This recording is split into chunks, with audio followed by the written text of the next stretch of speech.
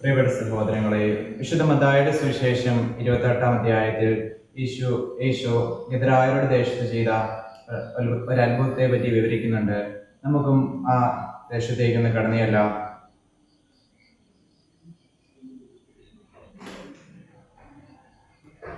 അല്ല, അത് യേശുവും ശിഷ്യരുമല്ലേ വഞ്ചിയിൽ നിന്ന് ഇറങ്ങുന്നത്? അവരെന്തായിരിക്കും നമ്മുടെ ദേശത്ത് ചെയ്യുക?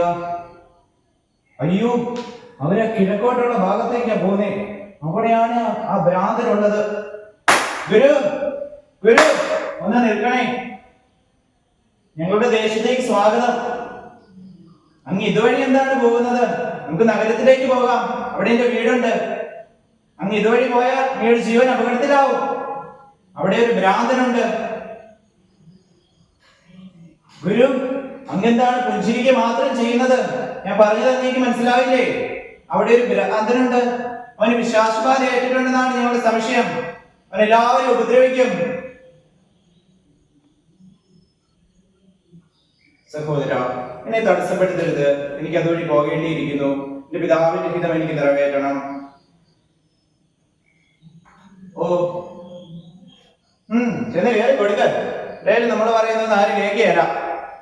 ചെല്ലുമ്പോ അറിയാം എന്തായാലും സംഭവിക്കും.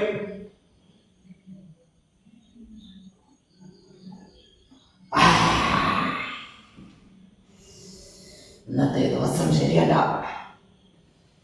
സാഹചര്യങ്ങളൊക്കെ നമുക്ക് അനുകൂലമാണെന്ന് തോന്നുന്നില്ല. രാവിലെ തൊട്ട അസ്വസ്ഥതയാണ്. ആരെയാണ് പണി കൊണ്ട് നീ നശിച്ച വേഗത്തേക്ക് ആരും കെട്ടിയെഴുന്നുണ്ടെന്നല്ലോ.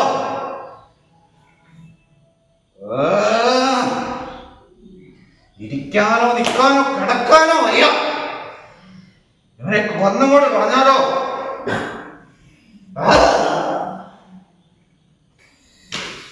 വേണ്ട, അടുത്തേക്ക് വരരുത്.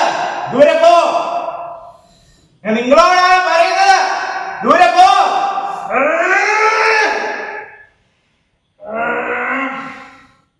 ദാവീദിന്റെ പുത്രനായ യേശുവേ, മഹോന്നതനായ ദൈവത്തിന്റെ പുത്ര, സമയമാകുന്നതിന് മുമ്പ് എന്റെ കാര്യത്തിൽ നീ എന്തിന് ഇടപെടുന്നു? ഞാൻ നിന്നെ ഉപദ്രവിച്ചിട്ടില്ല, നിന്റെ ജനത്തെ ആക്രമിച്ചിട്ടില്ല. പിന്നെ എന്തിനാ നീ ഈ ദേശത്തേക്ക് വന്നു?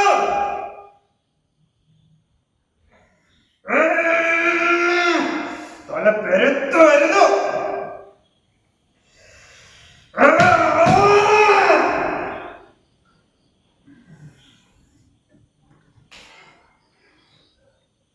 നിന്റെ പേരെന്താണ്?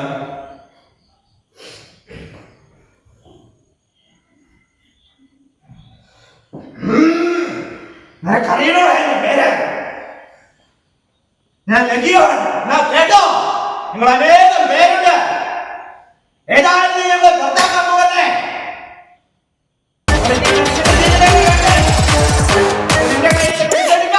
സാധിക്കാന്ന് എനിക്കറിയാം. വിട്ടുപോകണ്ട. നീ ഞങ്ങളെ ഭർത്താക്കുവാണേ ആ പന്നിക്കൂട്ടത്തിലേക്ക് പോകാൻ അനുവദിക്കുക.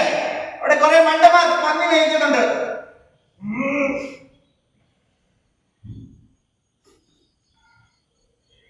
പോയിക്കൊള്ളുക, നിങ്ങളുടെ ഇഷ്ടം പോലെ ചെയ്തുകൊള്ളുക.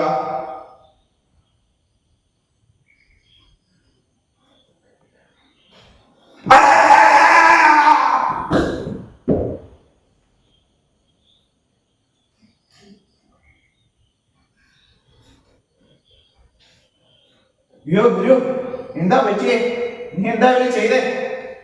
എഴുന്നേറ്റേ. അയ്യോ, നീ പറഞ്ഞ പോലെ പന്നിയെല്ലാം അങ്ങോട്ടാ പോകുന്നത്, കടലിലോട്ട്. എല്ലാം ഇപ്പൊ ചാവും.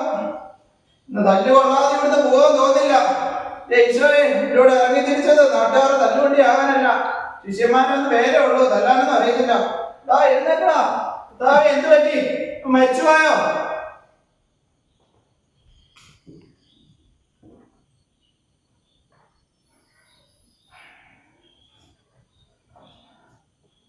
എന്താ പറ്റി?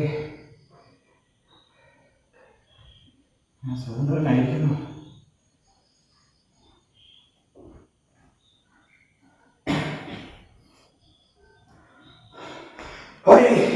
ഞങ്ങളുടെ എല്ലാം പോയി.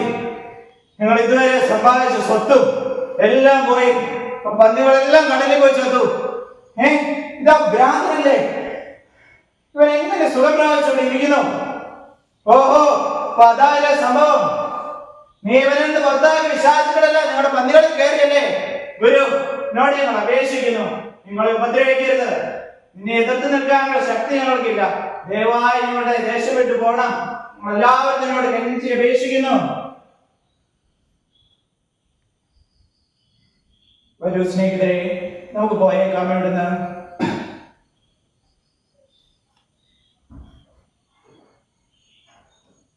ഗുരു, നിൽക്കണേ.